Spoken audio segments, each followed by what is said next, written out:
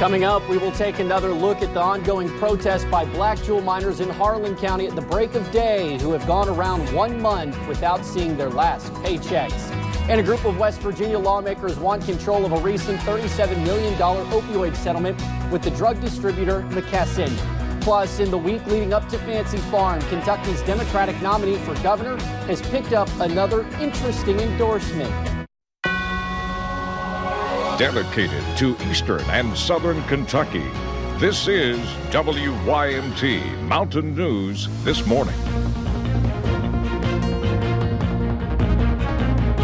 Good morning. It is 6:32 on Tuesday, July the 30th. I'm Will Puckett. Thank you for tuning in to Mountain News this morning. Well, some of us across the region are seeing some fog this morning, and all of us will get in on some rain action by the afternoon. Let's bring in Brandon this morning to give us a better breakdown of what time we should expect that rain. Brandon, good morning. Good morning, and things so far dry for most of us, but as you'll see when we take a look at the pinpoint Doppler radar, that some spots getting in on some rain now. Not the case here in Hazard outside the WYMT studios. You can see that things are fairly quiet here for us. A touch of fog off in the distance, but some blue skies still around. But the clouds are moving in. The rain is moving in. We're going to continue to see that on live pinpoint Doppler radar. It's from basically the I-64 Mountain Parkway corridor down into parts of eastern Kentucky now. So we're going to continue to watch that develop and move in. 5 mile visibility at Harlan, 7 in Jacksboro, 5 in Lexington. So some dense fog out there. Be careful of that. We're also looking at temperatures anywhere between 65 in Harlan and Middlesboro to 71 in Ashland, Prestonsburg, and Jackson at this hour. We're going to see temperatures climb into the low to mid 80s today, but those chances for rain will climb as well as we head deeper into the forecast. I'll have that for you coming up in just a few minutes. Will? All righty, Brandon, thank you. 3:30 yesterday started a standoff between black jewel miners and a train in Harlan County. The train is loaded with coal from one of the mines where these now laid-off coal miners used to work. It has been almost a month since these men and women were left without pay, health benefits, and a 401k. Our Connor James has been with these miners overnight as the standoff gets ready to go into its 17th hour. He joins us live this morning from Harlan County. Will, as the sun rises over Harlan County, the camp is still set up here, and many of the people here tell me this protest is going to go long into today, really however long it takes for them to get their message across. Now, originally they were on the tracks in front of the Cloverlick mine just a few minutes up the road here. That's when yesterday Kentucky State Police asked them to get off at around 5:30 in the afternoon. That's when they moved here along US 119. Now, what kind of triggered this? The miners say a train loading up coal from one of the mines they used to work at caused it, really. They believe the coal was rightfully theirs since they really hadn't been paid for any of their work. On top of that, they just have a lot of questions that are unanswered, and these miners aren't asking for really anything but those answers and the money that's owed to them. I'll be out here as long as it takes to put a message across until somebody sees and can help us get our money, what we earned. Now, Will, there's been actually a lot of people bringing food, local businesses bringing, like we've mentioned, food, water, cookies, chairs to these sorts of, to these people out here. And they really hope to have a big crowd out here today. They say there's going to be more people coming on out here. And interesting enough, we haven't really seen a police presence out here. The Cumberland Police Department saying they're not going to do anything because this really isn't their turf. A lot of people out here I'm talking to speculate that if anything were to happen, it would more than likely be the CSX police force that they have with the train system. Really just a lot going on today. Well, obviously, when you come out here, Will, you'll kind of be replacing me, and we'll just see how this day goes as these protests continue. I'll send it back to you. Thank you, Connor. Again, 3:30 this afternoon. It'll be 24 hours since it all began yesterday. Thank you. Well, tonight kicks off 2 days of debate between the giant field of Democratic presidential candidates. CBS's Laura Podesta is in Detroit with details on what to expect. Over the next 2 nights, 20 presidential hopefuls will be here in Detroit for the second Democratic debate. Like the last debate, the field is split into 2 groups of 10. Tonight includes Senators Elizabeth Warren, Bernie Sanders, former Congressman Beto O'Rourke, and South Bend, Indiana Mayor Pete Buttigieg. Somebody like Donald Trump should not be able to get within cheating distance of the Oval Office. They'll try to balance attacking President Trump with debating the issues. Now is the time to pass a Medicare for all single-payer program. Donald Trump has brought us to the edge of war again in the Middle East. CBS News Director of Elections and Surveys Anthony Salvanto says last month's debate will shape how the candidates try to stand out in the crowd. Voters told us that they felt that candidates like Elizabeth Warren in particular, and also Bernie Sanders, were going to fight for people like them. Joe Biden didn't poll as well on that measure. He polled very well on being seen as electable, able to beat Donald Trump. Voters here in Detroit also want to see how candidates take on President Trump's recent tweets, attacking 4 congresswomen of color and the city of Baltimore. He knows exactly what he's doing. It's calculated. It's going to all come down to compassion and policy. This may be the last chance for some candidates to see the national stage. The next debate in September has a higher polling threshold that some won't reach.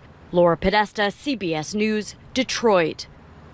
Now, tomorrow night's debate group includes the frontrunner Joe Biden, as well as Kamala Harris, Cory Booker, and Andrew Yang. So far, only 8 candidates have qualified for the September debate. Well, Democratic presidential candidate Bernie Sanders went to Canada with type 1 diabetes patients seeking cheaper insulin.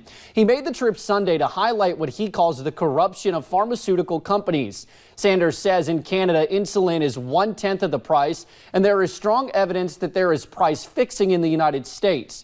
He also says companies simultaneously raise the prices at outrageous levels for more than the cost of production. Sanders says if elected, his attorney general would use antitrust legislation to take on the pharmaceutical industry.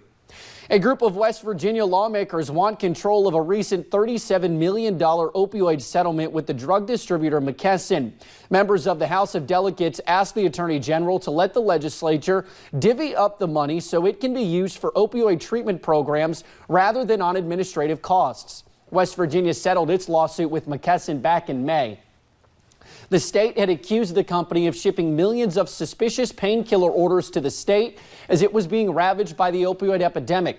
McKesson has denied any wrongdoing.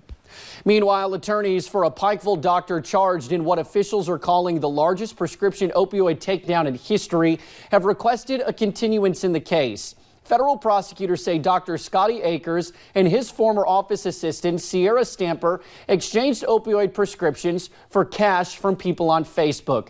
They were indicted along with other healthcare professionals earlier this year. Akers' attorney says he needs 60 more days to review about 36,000 pages of documents received in recent weeks.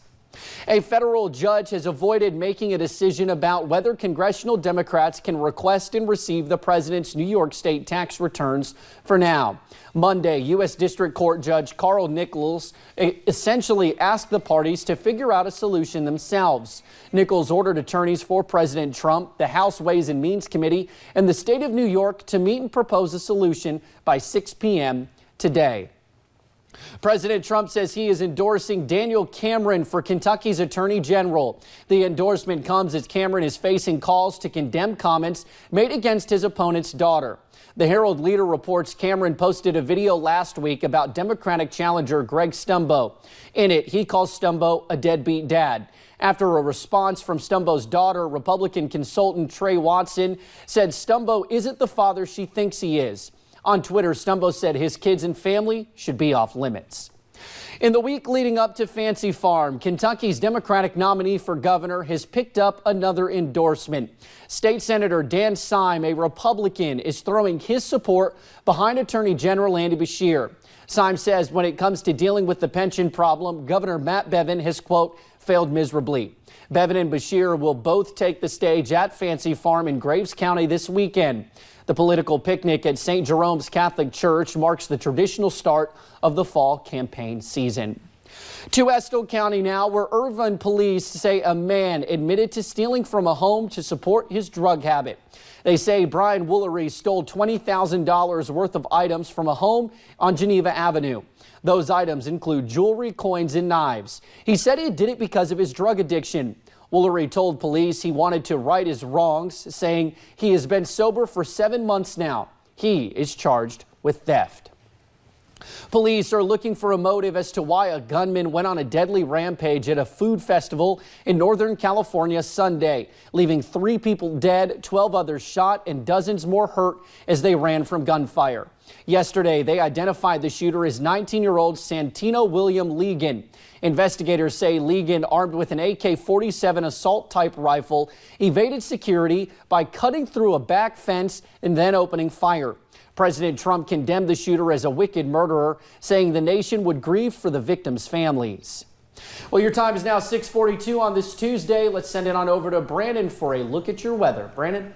Forecast this morning, a little bit soggy in parts of northern and central Kentucky. We can see some heavier bands of rain coming back through Lexington and into parts of the northwestern counties in our viewing area there, back up towards Stanton and Powell County, Irvin and Estill County, and back over toward Moorhead and in Rowan County there. So we're going to continue to watch that move eastward. Visibility still rough in some areas, especially down toward Harlan, up toward Ashland and London now. So just be careful as you head out the door.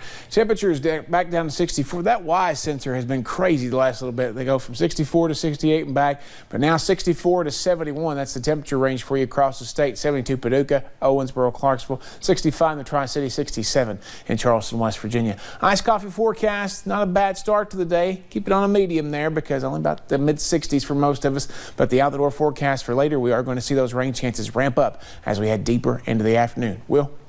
All righty, Brandon, thank you. Well, we will have stories that are trending on WYMT.com next. As always, thank you for joining us right here on Mountain News this morning.